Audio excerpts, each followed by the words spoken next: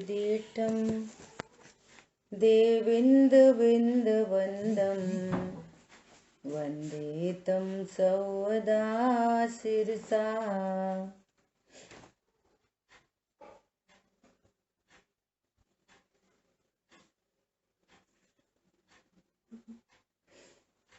द्रव्य संग्रह जी ग्रंथ।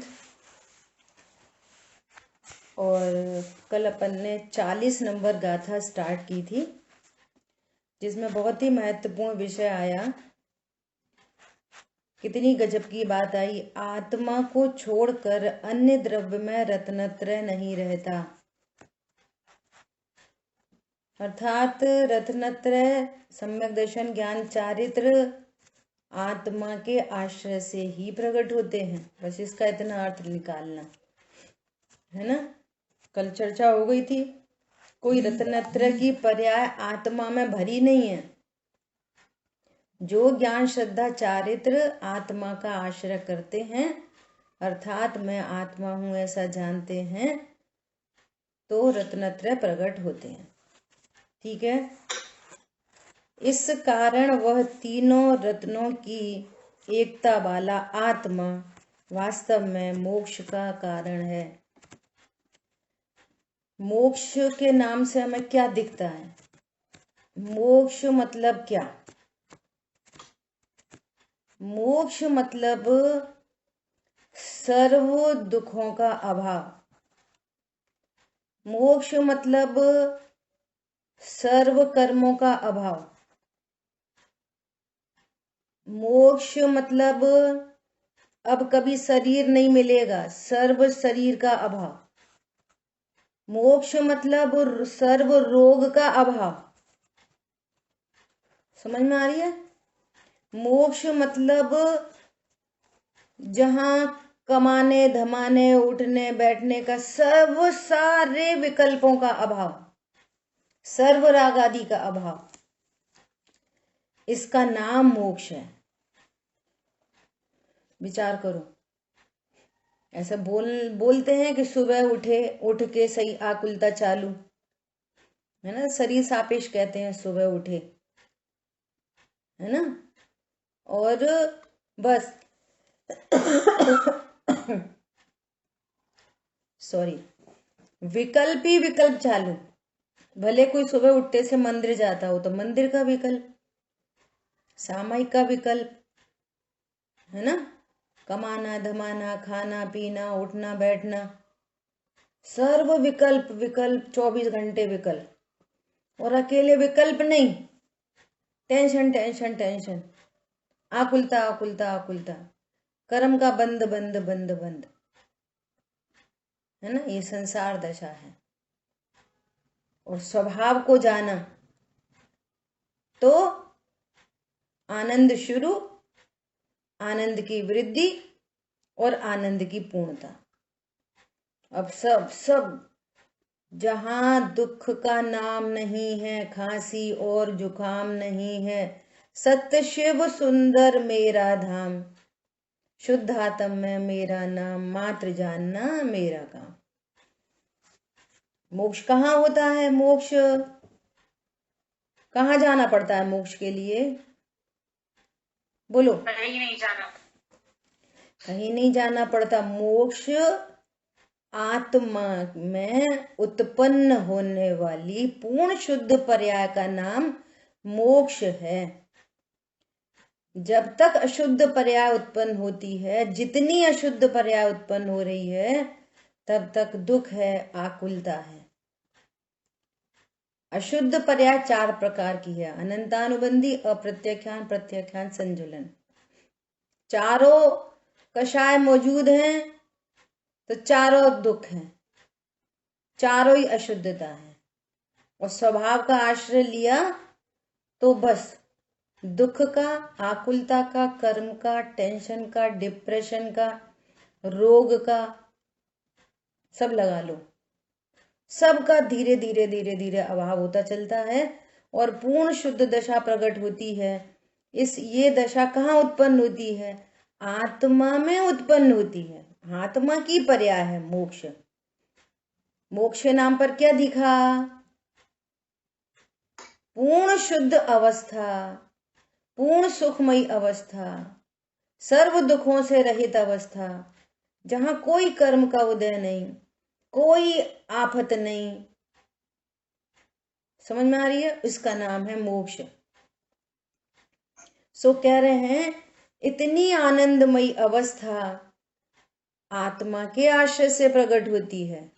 आत्मा के आश्रय से मतलब मैं आत्मा हूं ऐसा जानने पर उत्पन्न होती है ना। ये गाथा ऐसा कह रही है। देखो भावार्थ, रत्नत्रय का स्थान निज शुद्धात्मा के अतिरिक्त अन्य कहीं भी अन्य द्रव्य में निश्चय रत्नत्रय नहीं होते, नहीं वर्तते। शरीर की क्रिया से रत्नत्रय नहीं होते, शरीर की क्रियाओं में रत्नत्रय नहीं वर्तते, शुभ अशुभ भाव में रत्नत्रय नहीं होते, अशुभ भाव में तो होते ही नहीं, शुभ भाव में भी रत्नत्रय नहीं होते। कोई तो अपने को अशुभ भाव से सुख समझता है ना। अरे भैया कमाओ धाओ खाओ पियो, इसमें मजा है, क्या इतनी छोटी उम्र में पूजा पाठ। कोई कहता है अरे पूजा पाठ से कितनी शांति मिलती है, कितनी शांति मिलती है, जब से स्वाध्याय किया बहुत शांति है। तो कोई शुभ भाव में शांति समझता है। सो कह रहे हैं न शरीर की क्रिया में न शुभ अशुभ भावों में रत्नत्रय नहीं होते। समझ में आ रही है। ओहो, रत्नत्रय तो स्वभाव के आश्रय से प्रकट होते हैं। फर्क पड़ रहा है पुण्य पाप का भाव और भगवान आत्मा। जहां शुभ अशुभ भाव उत्पन्न हो रहे हैं वहीं भगवान आत्मा बिल्कुल हाजरा हजूर विद्यमान है। क्या बोला? हाजरा हजूर विद्यमान है। जरूरत है उस भगवान आत्मा के स्वरूप को जानने की। देखो समझना, आत्मा तो बहुत लोग कहते हैं, ऐसा नहीं है कि कोई नहीं कहता। कोई रूह कहता है, कोई गॉड कहता है ना, कोई आत्मा कहता है, सब कहते हैं। कोई जीव कहता है, सब कहते हैं। लेकिन जैसा अनेकांतमयी स्वरूप यहाँ जैन शासन में वास्तविक स्वरूप जैसा यहाँ बताया है, ऐसा कोई नहीं जानता। यहाँ तो परमानेंसी विद अ चेंज, उत्पाद व ध्रुव युक्तम सत, ऐसा स्वरूप है। या तो कोई उत्पाद व को मानता है, या तो फिर कोई ध्रुव ध्रुव को मानता है। एक लाइन सुनेंगे ना हम, किसी और के प्रवचन सुनेंगे तो मुझे लगेगा पहले तो वो प्रवचन नहीं है ना। प्रवचन होते हैं उत्कृष्ट वचन, और उत्कृष्ट वचन वो होते हैं जो शुद्धात्मा के स्वरूप को कहते हैं। और शुद्धात्मा का स्वरूप जैसा वास्तविक है वैसा ही वे जानते हैं और कहते हैं, वो है प्रवचन। हमने एक लाइन सुनी, सही बात है भैया, आत्मा तो अविनाशी है, वो नहीं मरता। तो उनने एक अकेला अविनाशी पकड़ लिया, उत्पाद वे तो पता ही नहीं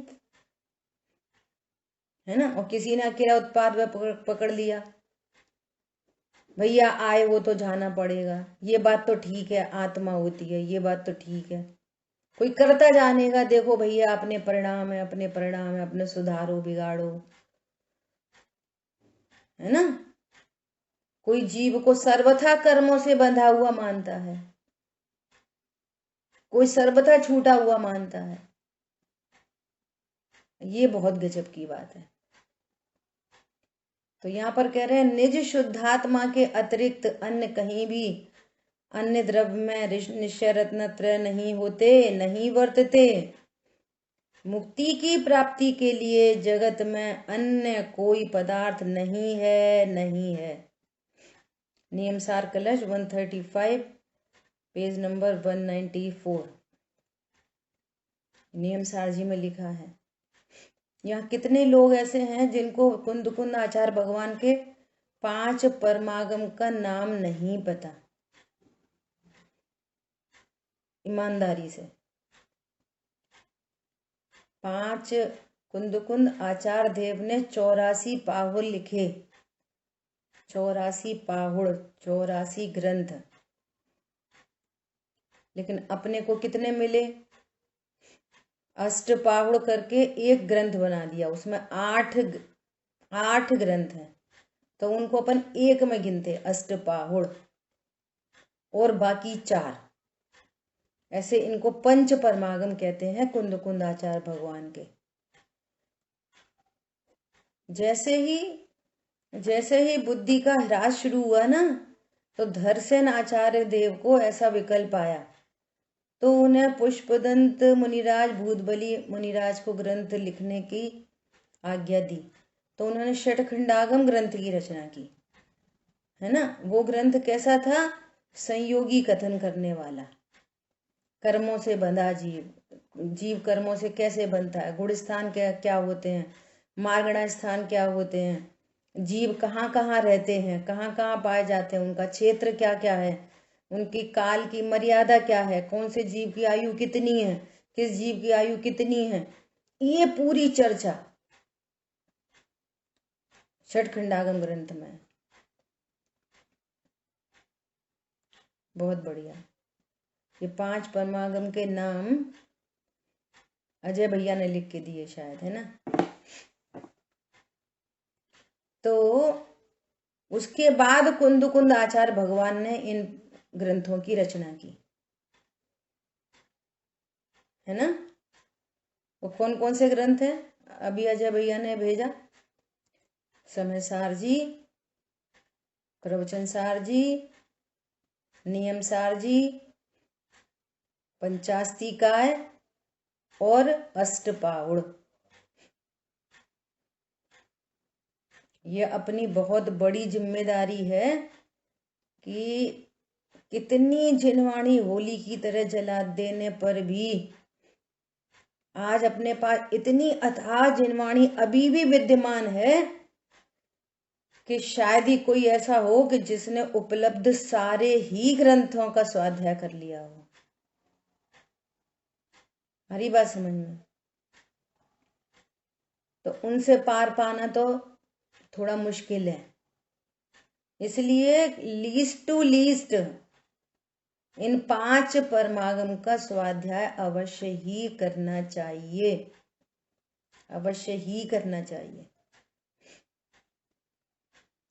है ना। वो नियम सार जी को देख कर बात याद आ गई। तो अपना विषय क्या चल रहा है कि मुक्ति की प्राप्ति के लिए जगत में अन्य कोई पदार्थ नहीं है, नहीं है। देखो 2 बार कह के उसकी दृढ़ता प्रदान की है। अब मुक्ति के स्थान पर लगाओ सुखी होने के लिए, शांति के लिए, निर्भयता के लिए, निरोगी होने के लिए, शांति पाने के लिए। आज सुबह चर्चा आई थी कि भगवान आत्मा के आश्रय से क्या नहीं मिलता, जिसके आश्रय से ही प्रगटे सभी पूज्य पद दिव्य ललाम। क्या नहीं मिलता? अरे सिद्ध पद की प्राप्ति तो होती ही है, अनंत पद की प्राप्ति होती है, सर्वोच्च सुखमयी दशा प्राप्त होती है ना, मुनि दशा प्राप्त होती है। परंतु उससे पूर्व वैमानिक देवों में बड़े बड़े विमानवासी, सौधर्म इंद्र आदि के पद, सर्वार्थ सिद्धि, है ना, ऐसे ऐसे स्थान पर सम्यक दृष्टि पुरुष जाते हैं।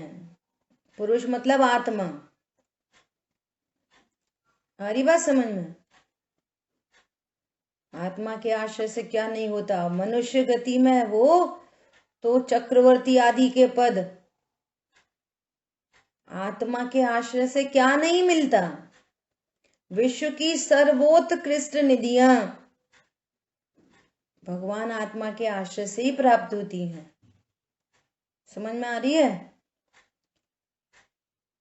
इंटरनल आउटर दोनों शांति भगवान आत्मा के आश्रय से। लग्जरी भी और पीस ऑफ माइंड भी, दोनों चीजें भगवान आत्मा के आश्रय से। इतना गजब का पदार्थ है।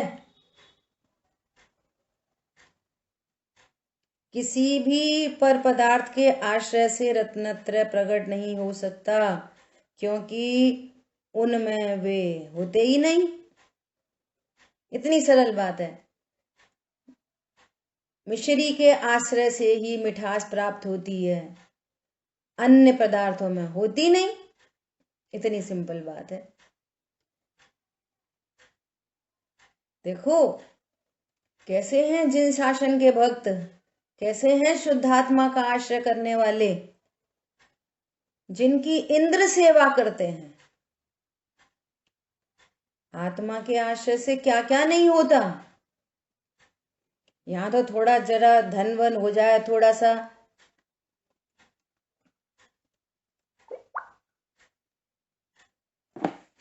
है ना, थोड़ी सी ताकत आ जाए तो यहाँ तो कहना पड़ता है, सुनो भाई कल हमारे यहाँ ऐसा सब प्रोग्राम है, तुम थोड़ा सा ऐसा करना, ऐसा करना, तो सुरक्षा रखना, ऐसा कहना पड़ता है। और यहाँ तो बिना कहे आत्मा के आश्रय से क्या नहीं मिलता। बिना कहे अग्नि का नीर हो गया। देखो बिना कहे, कहना नहीं पड़ा, हे इंद्रों अब हमारी सहायता करने आओ, हमने तो सुना है आप सहायता करते हो। बिना कहे शूली का सिंहासन बन गया, बिना कहे। बिना कहे मटके का सांप हार बन गया रत्नों का, बिना कहे। समझ में आ रही है कुछ? ऐसा परम पदार्थ है भगवान आत्मा। अरे आ रही है कि नहीं आ रही?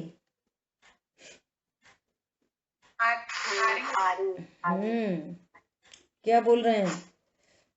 जीवों के अनादिकाल से पराश्रय बुद्धि वर्तती है। अनुकूल पदार्थों का संयोग हो तो स्वयं सुखी, और प्रतिकूल पदार्थों का संयोग हो तो दुखी, ऐसी मिथ्या मान्यता कर रहा है। प्रतिकूल संयोगों में क्रोधित होकर और अनुकूल संयोगों में हर्षित होकर संसार बढ़ाया है। स्वरूप कैसा है? मैं भगवान आत्मा हूं, मेरे लिए विश्व में कोई पर पदार्थ अनुकूल प्रतिकूल नहीं। वे ज्ञान में मात्र झलकते हैं और झलकन से मेरे में कुछ भी नहीं होता। देखो सीता जी ने सफाई नहीं दी, जंगल भी ज्ञान का गे और महल भी ज्ञान का गे, नो प्रॉब्लम एट ऑल। किसी से शिकायत नहीं, किसी से तकलीफ नहीं, किसी को सफाई नहीं, जरूरत ही नहीं, जरूरत नहीं। आ रही बात ख्याल में? ऐसी मिथ्या मान्यता चल रही है, पर पदार्थ इष्ट अनिष्ट कभी है ही नहीं, ऐसा वह नहीं मानता। इसलिए पर पदार्थों की ओर का आश्रय छुड़ाकर त्रैकालिक शुद्ध उपादान निशुद्धात्मा का आश्रय यहाँ कराया है। पर पदार्थों को सुख दुख का कारण जानते हो, अपने कोई पर पदार्थ रूप शरीर हूं, स्त्री हूं, पुरुष हूं, गोरा हूं, काला हूं, मोटा हूं, पतला हूं, ऐसा जानते हो। तो ये पराश्रय बुद्धि, बहिरात्म बुद्धि, बुद्धि ज्ञान है ना, ये ज्ञान, ज्ञान लीडर है। तो श्रद्धा भी विपरीत और चारित्र में अनुकूल पदार्थ ज्ञान को भाषित हुए तो राग, और प्रतिकूल भाषित हुए तो द्वेष। तो चारित्र में मिथ्या चारित्र ऐसे उत्पन्न होते रहते हैं। अब स्वरूप समझा, ओहो मैं भगवान आत्मा हूं। पर पदार्थ तो ज्ञान में गे झलकते हैं दर्पण की भांति। दर्पण में अग्नि झलकती है, दर्पण गर्म नहीं होता। दर्पण में बर्फ झलकती है, दर्पण को छू के देखो ठंडा नहीं होता, कुछ भी नहीं होता। ऐसा मैं सदा एक रहने वाला पदार्थ हूं। तब क्या कहते हैं, क्या करते हैं फिर कि पर पदार्थों में कोई इष्ट अनिष्ट कल्पना नहीं होती है ना, और वो उन पर का लक्ष्य छुड़ाकर त्रिकाली ध्रुव भगवान आत्मा का आश्रय यहाँ कराया जा रहा है। इसलिए आचार्य देव कह रहे हैं कि यदि तुम्हें किसी भी एनी टाइप ऑफ दुख, वो दुख को सामने रखो और फिर उसके पैरेलल में शुद्धात्मा रखो। देह को देखोगे, दुख कभी नहीं मिट सकता। देह को देखकर कभी दुख नहीं मिट सकता। समझ में आ रही है? और मैं भगवान आत्मा हूं ऐसा देखोगे तो दुख उत्पन्न नहीं होता, मिटाना नहीं पड़ता, दुख उत्पन्न नहीं होता।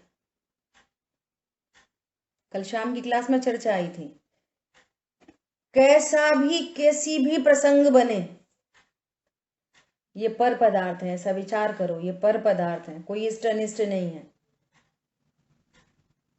है ना। चाहे पत्नी दुकान मकान हो, चाहे बच्चे आदि हो, चाहे कोई हो, चेतन अचेतन पर पदार्थ हैं, ये कोई इष्ट अनिष्ट नहीं है,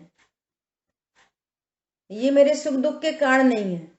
जो संयोग, अब कर्म फिलॉसफी पे आ जाओ, जो भी कोई संयोग बना है ये सब कर्माधीन है, ये मेरे ही पूर्वकृत कर्म का अपराध है, मेरा अपराध है, उनका नहीं।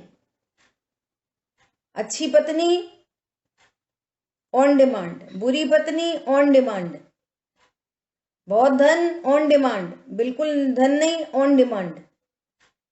तो जब अपनी गलती पता चलेगी तो किसको दोष देंगे?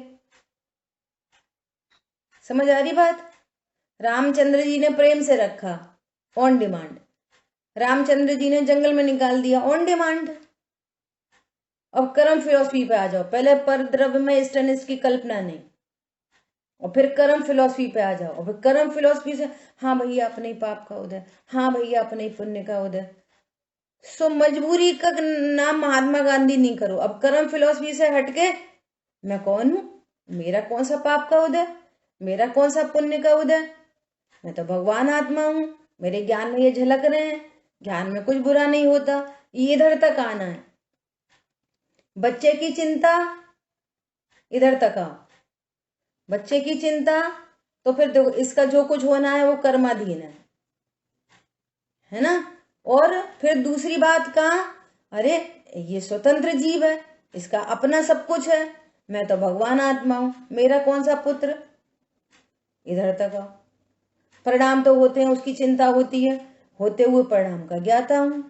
जो भूमिका है, जैसी भूमिका है वैसे भाव उत्पन्न होते हैं, उसका भी ज्ञाता। इधर तक आओ, इधर तक एकदम शांति। झंझट हो रहे, जेठानी ने ऐसा बोल दिया, देरानी ने ऐसा बोल दिया, पति नहीं सुनता, सुनो ऑन डिमांड, कोई अच्छा बुरा नहीं, ऑन डिमांड, कोई अच्छा बुरा नहीं, अपना ही कृत्य है। तो अब किसको अच्छा बुरा कहोगे? नहीं, हमारे परिणाम बिगड़ जाते उनको देख देख के, है ना। तो कर्म का उदय विचार करो। फिर कर्म के उदय तक ही नहीं बस खाली, अरे मैं कौन हूं, मेरी कौन जेठानी, मेरी कौन देरानी, मेरे कौन सा शरीर, मैं कौन स्त्री, मैं कौन पुरुष, यहां तक आना है। कुछ भी स्थिति परिस्थिति हो, पर द्रव्यों की भिन्नता, कर्म फिलॉसफी का श्रद्धान, और फिर भगवान आत्मा। जब आप इधर आओगे तो सारे विकल्प छूमंतर हो जाएंगे, गारंटी से, गारंटी है, गारंटी है इस बात। लेकिन ये काम कौन करेगा? बोलो, कौन करेगा ये काम? जिसकी भली होनार है उसको ये काम करने ही होंगे। बुद्धिपूर्वक उपदेश दिया जाएगा कि भैया यही काम करो, किसी को भला बुरा नहीं कहो, ठीक है, नए राग द्वेष उत्पन्न मत करो। ये नए राग द्वेष नवीन बंध में हेतु बनेंगे। आपने नवीन बंध के लिए फेवरेबल कंडीशन प्रोवाइड कर दी, खुद नहीं, खुद से। अब कर्म का उदय आएगा और अभी वस्तु स्वरूप समझने की कोशिश हो रही है, वस्तु स्वरूप सामने है, देहादि में ऐसे कोई रोग नहीं है, समझने लायक शक्ति है, सब कुछ अब हर प्रकार से अवसर आया है। तो अब नहीं, ऐसे नहीं तो फिर कैसे? कल का पता नहीं है, है ना। इसलिए यहाँ पर कह रहे हैं कि निज शुद्धात्मा का आश्रय यहाँ कराया है। व्यवहार रत्नत्र है सो पर द्रव्य प्रवृत्ति है। देखो बार बार चल रही है बात। जो व्यवहार रत्नत्र है वो पर द्रव्य प्रवृत्ति है। कैसे? ज्ञान में पर लक्ष्य, चाहे वो देव हो, शास्त्र हो, गुरु हो, चाहे शास्त्र लिखने का परिणाम हो, चाहे देख देख के चलने का परिणाम हो, है ना। ये सब ज्ञान में पर लक्ष्य, श्रद्धा में देवशास्त्र गुरु का विश्वास, और चारित्र की परिणति में नियम से उस समय शुभ राग। तो ये तीनों क्या परिणति क्या हो गई? पर द्रव्य प्रवृत्ति है ना। उसके आश्रय का फल संसार है। भैया अति स्वाध्याय करते हैं, परिणाम तो सुधरे, परिणाम तो सुधरे। परिणाम सुधरे नहीं, अपरिणामी देखो परिणाम सुधरे हुए दिखाई देंगे, क्योंकि प्रत्येक परिणाम का कर्ता हर्ता इस पूरे भरे विश्व में कोई नहीं। बोलो, मुनि दशा होने पर भावलिंगी संत, मुनि दशा होने पर और अंदर अंदर गुणस्थान गिर जाए, समझो छठवें सातवें से चौथे में आ जाए, सम्यक तो सुरक्षित बना रहे, और बोलो ये परिणाम करना चाहिए कि किसी कन्या को, मुनिराज को किसी कन्या को देखना चाहिए, करना चाहिए, धरना चाहिए, कुछ नहीं। ये वस्तु स्वरूप है।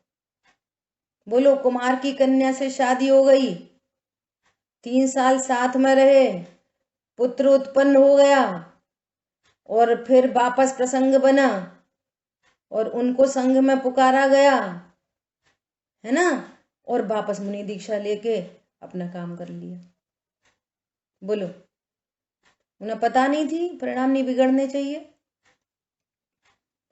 यहां बिगाड़ने की प्रेरणा नहीं दी जा रही, वस्तु स्वरूप समझाया जा रहा है। जो भी परिणाम उत्पन्न होता है पर द्रव्य प्रवृत्ति है, चाहे शुभ हो चाहे अशुभ हो, उसका फल संसार है, और जितनी स्वद्रव्य प्रवृत्ति है उसका फल मोक्ष है। इसलिए परिणामों में एनक्रोचमेंट करने की कोशिश नहीं। एनी परिणाम, एनी टाइप ऑफ परिणाम, मैं इससे भिन्न भगवान आत्मा हूं, तो पॉजिटिवली अपनी अस्थि में आना। क्या कहा? ऐसे बहुत सारे प्रथमान योग में केसेस हैं, बहुत सारे। बोलो, कौन से मुनिराज थे वो? द्रोणगिरी से जो मोक्ष पधारे,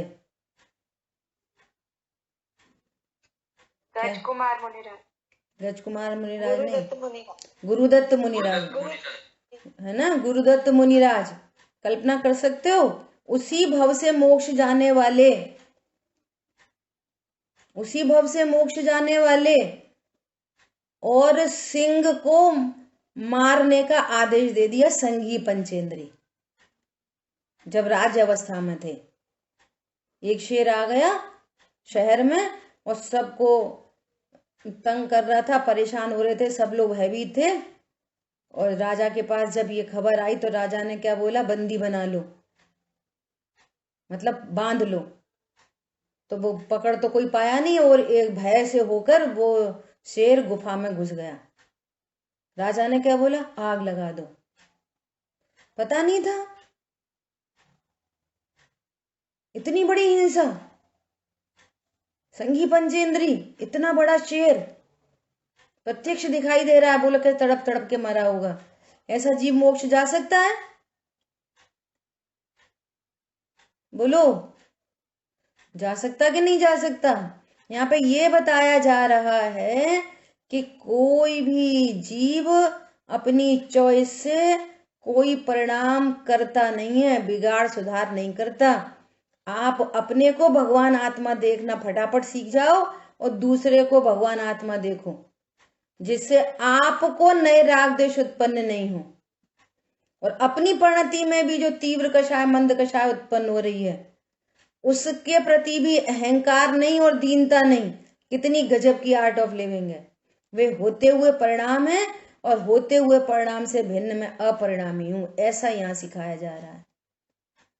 समझ में आ रही है? बहुत गजब की बात है ये।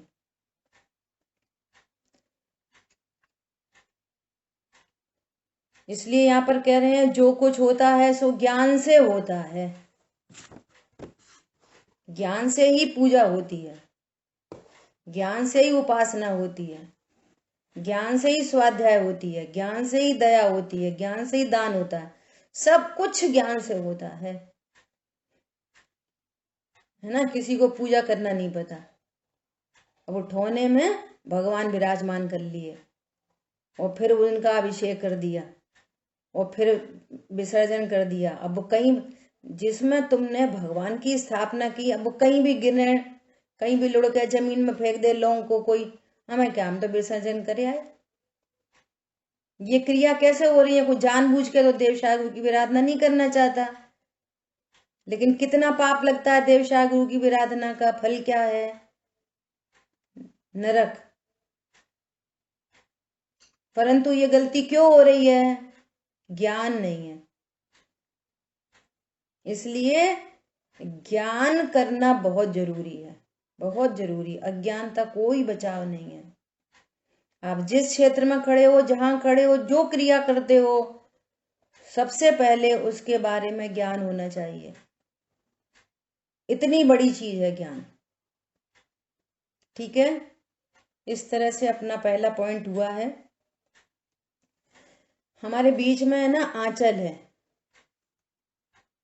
कल अपनी चर्चा हुई थी, अभी है, हाँ है, अपनी कल चर्चा हुई थी ना, धन्य है वे जीव जिनके ज्ञान में आत्मा है। सर्व आत्माओं में ज्ञान है, पर धन्य है वे जिनके ज्ञान में आत्मा है।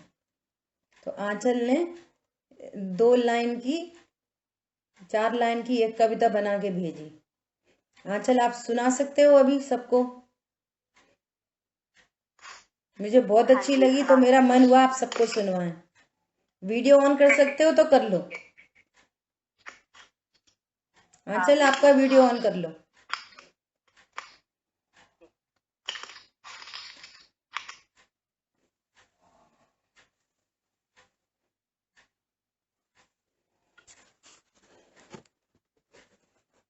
और तब तक मैसेज ये है कि कल हम लोग अमाइन जा रहे हैं, वीर सागर जी भाई साहब आ रहे हैं, और खबर मिली है कि उज्ज्वला जी भी आ रही हैं। तो वहाँ पर 10, 11, 12 3 दिन का प्रोग्राम है। 13 को वापस लौटेंगे। तो अपनी क्लास वापस अब ट्यूसडे को होगी। ठीक है, तब तक कोशिश करेंगे कि वहाँ पर जो भी विशेष स्वाध्याय रहेगी वो गोपाचल ग्रुप पे भेजेंगे, तो आप लोग उस स्वाध्याय का लाभ ले सकते हैं। ठीक है, आंचल सुनाइए। जय जिनेन्द्र सभी को। धन्य है वह जीव जिनकी आत्मा है ज्ञान में, धन्य है वह जीव जिनकी आत्मा है ज्ञान में, मुक्ति पथ अनुरागी भविजन पाते पद निर्वाण है।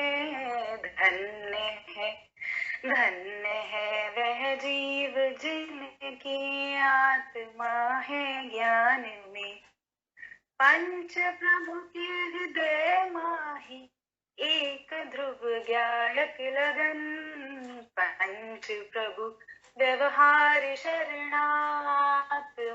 निश्चय शरण, प्रभु को तो मानते पर प्रभु की नहीं मानते, मोह की महिमा तो देखो वस्तु सत नहीं जानते, पंच प्रभु भी जिसे ध्याते आत्मा सुख खान है, धन्य है वह जीव जिनकी आत्मा है ज्ञान में। आत्मा है ज्ञान में, आत्मा है ज्ञान में। बहुत बढ़िया, बहुत बहुत अच्छा। चलिए बहुत अच्छा जा रहे हो, अपनी बढ़िया तैयारी करो, है ना। चलिए शेष चर्चा अपन आगे करेंगे। अभी बुआ जिनवाणी जी, स्थिति, हाँ जी। एक पॉइंट आया था ना, आपने बोला था कि मतलब अपनी प्रैक्टिस की, इसमें फर्स्ट पॉइंट क्या था कि आपने बोला था कर्म फिलॉसफी पे ध्यान देना, उसके बाद ये निश्चय करना है कि मैं भगवान आत्मा हूँ। उसमें सबसे पहले आपने क्या बोला था? पर द्रव्यों में कोई इष्ट अनिष्ट की कल्पना नहीं, पर द्रव्य को पर द्रव्य जानो, और फिर पर द्रव्य का जो कुछ भी है पर द्रव्य से रिलेटेड वो फिर कर्म फिलॉसफी, और फिर आके अपना पुण्य का उदय पाप का उदय, इसी पे नहीं पड़े रहो। सही बात है, अपने पाप का उदय सही, ये बहुत लोग करते हैं ऐसा, भैया शांत रहो अपने ही पाप का उदय, भैया शांत रहो अपने ही पुण्य का उदय, है ना। तो क्या कह रहे हैं कि मैं भगवान आत्मा हूं, मुझे सदा ज्ञान का उदय, पुण्य पाप का उदय मुझे नहीं, ऐसा। ठीक है, तो फिर भगवान आत्मा तक आना, यहां से इधर तक आना, तब आपका तत्व विचार फाइनल होगा, फुल फाइनल होगा। अदरवाइज आपका तत्व विचार अधूरा है। कर्म फिलॉसफी तक विचार करके और कषाय का मंद हो जाना ये फुल फाइनल नहीं है। यहां तक अकेली कषाय मंद हो जाती है, बस तत्व ज्ञान से छूटा ही रहता है। समझ में आई बात। और खतरनाक बात सुबह भी शेयर की थी, खतरनाक बात यह है कि कोई तो पर द्रव्य इसको देखकर तूफान मचा रहा है, तुमने ऐसा क्यों करा, ऐसा क्यों करा, ऐसा क्यों करा, और कोई दूसरा इसको देखकर कर्म फिलॉसफी का विचार करके शांत रहता है। लेकिन दोनों ही भगवान आत्मा नहीं जान रहे, तो ये दोनों ही संसार में रुलते हैं। समझ में आ रही है। इसके सापेक्ष ये बाहर से देखने में अच्छा लगेगा, देखो ये तो है ना कितना मंद कषाय है, देखो ये कर्म कर्म का याद करता, भैया पाप का उदय पुण्य का उदय, और कितना शांत जीव है, शांत जीव है। समझ में आ रही है। तो बाहर से देखने पर उस इससे ये अच्छा लगेगा, परंतु तत्व ज्ञान सापेक्ष देखेंगे तो ये दोनों संसार में रुलेंगे, जब तक दृष्टि ज्ञायक तक नहीं जाएगी तब तक। ठीक है, ओके। चलिए। जिन वाणी के ज्ञान से सूझे लोकालोक, सो वाणी मस्तक नमो सदा दे तुम दो। बोलिए द्वाशांगमयी जिनवाणी माता की जय हो। जय जिनेन्द्र सभी को। जय जिनेन्द्र सभी को।